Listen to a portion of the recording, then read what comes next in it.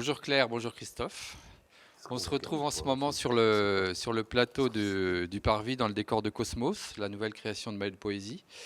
On va parler de construction et de démarche de transition écologique. Claire, toi tu es directrice adjointe du TDB, ça fait de nombreuses années que tu travailles avec Maëlle. Et toi Christophe, tu es le fondateur et le directeur de Eclectic Céno, euh, atelier de construction implanté à Dijon.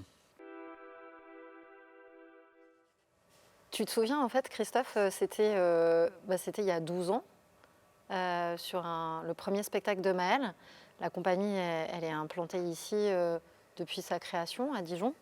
Et on cherchait un interlocuteur pour la construction de notre premier spectacle.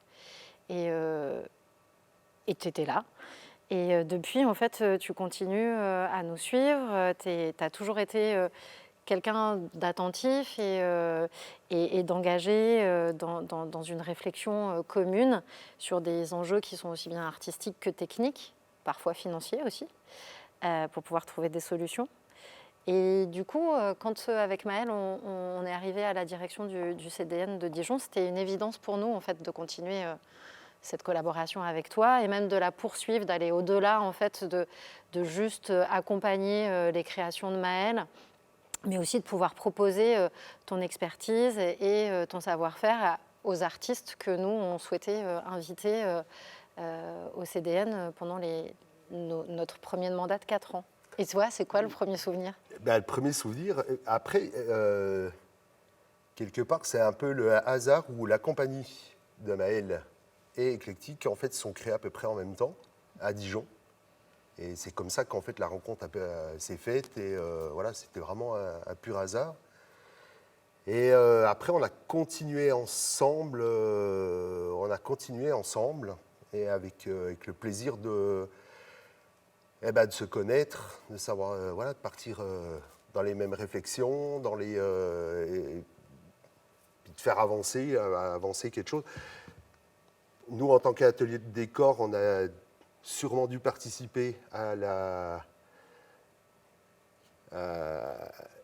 compagnie. Et en même temps, la compagnie a permis aussi à Eclectic d'avancer. On a commencé tous les deux ensemble, quoi. Dans les créations de Maëlle, depuis plusieurs années, en fait, la question de l'écologie se pose de plus en plus et s'affirme aussi. Et du coup, avec notre arrivée à la direction du centre dramatique, en fait, c'était important dans le projet de Maëlle d'engager le théâtre Dijon-Bourgogne dans une éco-responsabilité et dans une démarche de transformation aussi bien artistique que sociale et du coup environnementale. Et forte aussi de la manière dont on travaille depuis toutes ces années, c'était important pour Maëlle et moi de t'associer à cette réflexion et qu'on puisse réfléchir ensemble à comment, avec les enjeux écologiques qu'on traverse, on puisse envisager une nouvelle manière de construire des décors. Et j'imagine que c'est des choses qui te sont aussi proches et qui te tiennent à cœur. Ça fait quelques années avec l'atelier Eclectic Céno, on essaye de réfléchir justement à tout ça. On est sur un travail qui demande énormément de matériaux, de matières, pour des projets qui sont très éphémères. Donc à un moment donné, c'est comment justement on construit, voilà, le plus dans l'éco-responsabilité, comment on trouve les bons matériaux, les bonnes peintures, les bonnes... Sachant en plus que c'est avec cette réflexion-là qu'on arrive, en continuant à réfléchir et en poussant les choses un peu plus loin, qu'on arrive à ça, quoi. Oui, ce que je voulais dire, pardon, c'est aussi parce que j'imagine qu'on ne réfléchit pas à la même chose, la construction d'une scénographie, que quelque chose qui va être reproductible. En fait, là, à chaque fois, c'est un élément qui est unique. C'est unique, c'est éphémère, donc voilà, ça a un temps de vie qui est quand même assez court. Donc après, justement, c'est comment, ou des éléments qui seront réemployables, ou des matières qu'on pourra revaloriser le plus facilement possible, Et du coup, nous, c'est vrai qu'on s'est posé la question, enfin, fort de l'expérience qu'on a depuis des années aussi d'échanges et de collaboration, on s'est vraiment posé la question de comment, en fait, on allait pouvoir envisager cette scénographie qui a été conçue par la scénographe par Hélène.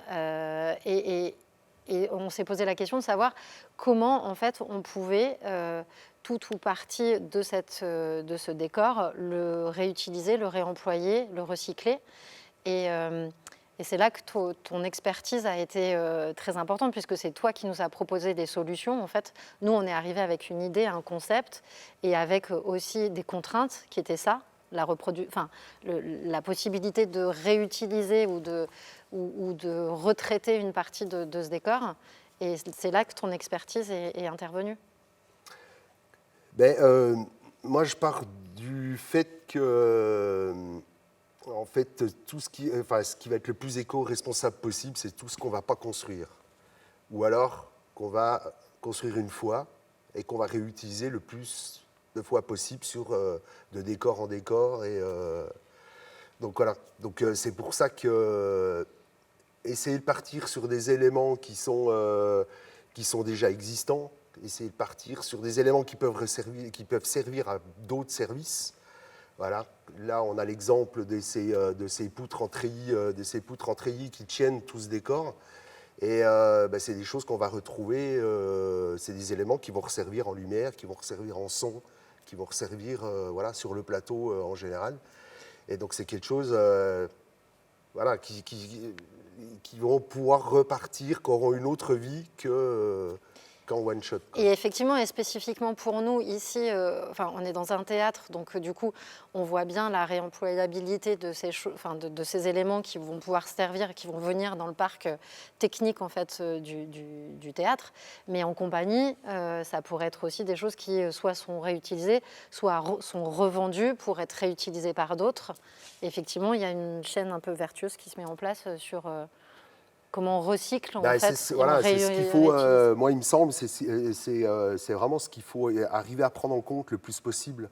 Quand on a un décor qui arrive, c'est déjà voir à l'intérieur de tout ça, c'est comment poser tous des éléments standards, des choses qu'on peut reprendre d'autres décors et tout ça, et de voir comment on place ça, et après, à partir de là, revoir comment on réaménage quelque part la scénographie, pour pouvoir garder ces éléments et que l'ensemble soit possible, quoi.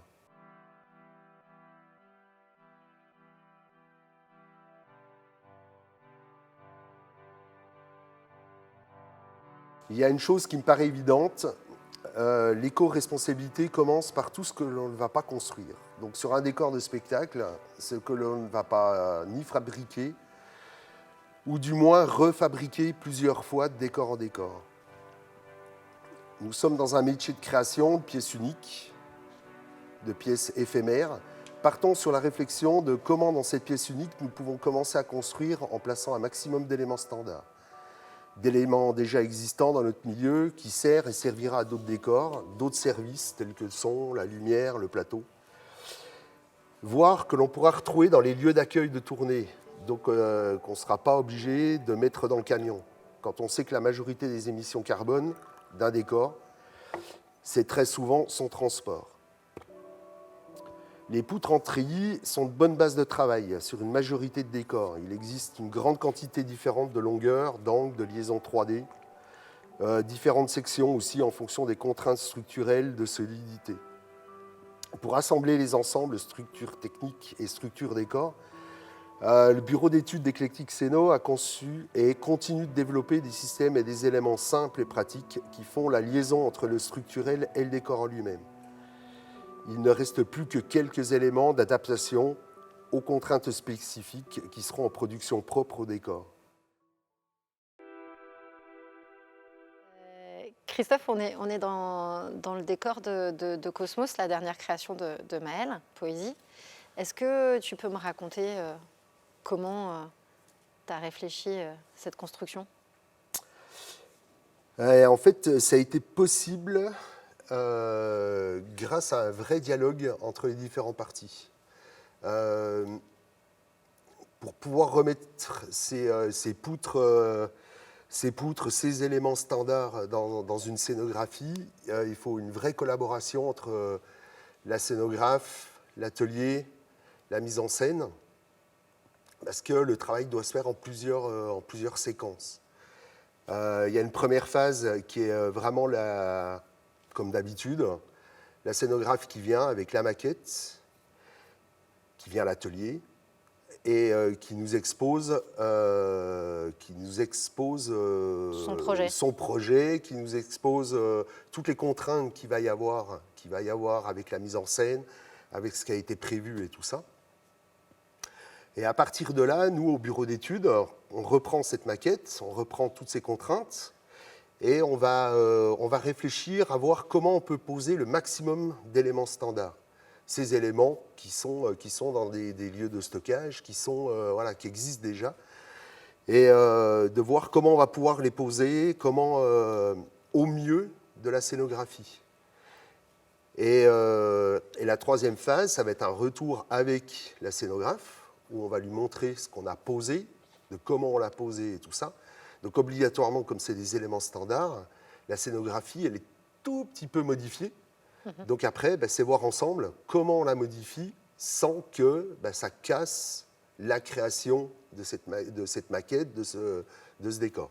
C'est des allers-retours en fait entre l'artiste qui conçoit la scénographie et toi qui es le technicien spécialiste qui va la réaliser. Qui va avoir connaissance de ces contraintes par rapport à ces éléments un peu standards et tout ça. Et des allers-retours pour bien prendre en compte les besoins qu'il va y avoir sur le plateau artistique et tout ça. Christophe, avec tout ce que tu viens de me raconter là, est-ce que tu pourrais résumer ta démarche en 2 mots? C'est grâce au dialogue avec les créateurs que l'on fera du sur-mesure avec de l'existant. Christophe, moi, quand je t'écoute et j'entends ta démarche et la manière dont tu envisages ton travail et la collaboration avec les équipes artistiques, ça m'amène, moi, à mon endroit qui est la production de spectacles, à réfléchir comment, en fait, on met en place une collaboration dans la durée qui nous permet d'avoir un temps commun de réflexion, puisque je pense que plus on est nombreux et mieux on réfléchit. Et comment, au fil des ans, avec aussi cette expertise que toi tu as, cette histoire qu'on a en commun, on arrive à prendre des temps pour réfléchir sur de la recherche et du développement, sur ces questions qui sont centrales de l'écologie et aussi de la réemployabilité des décors ou du recyclage. Et du coup, pour moi, mieux produire, c'est envisager de collaborer encore plus étroitement et de pouvoir réfléchir aussi en dehors des temps de création à une méthodologie de travail pour pouvoir réfléchir les projets de demain.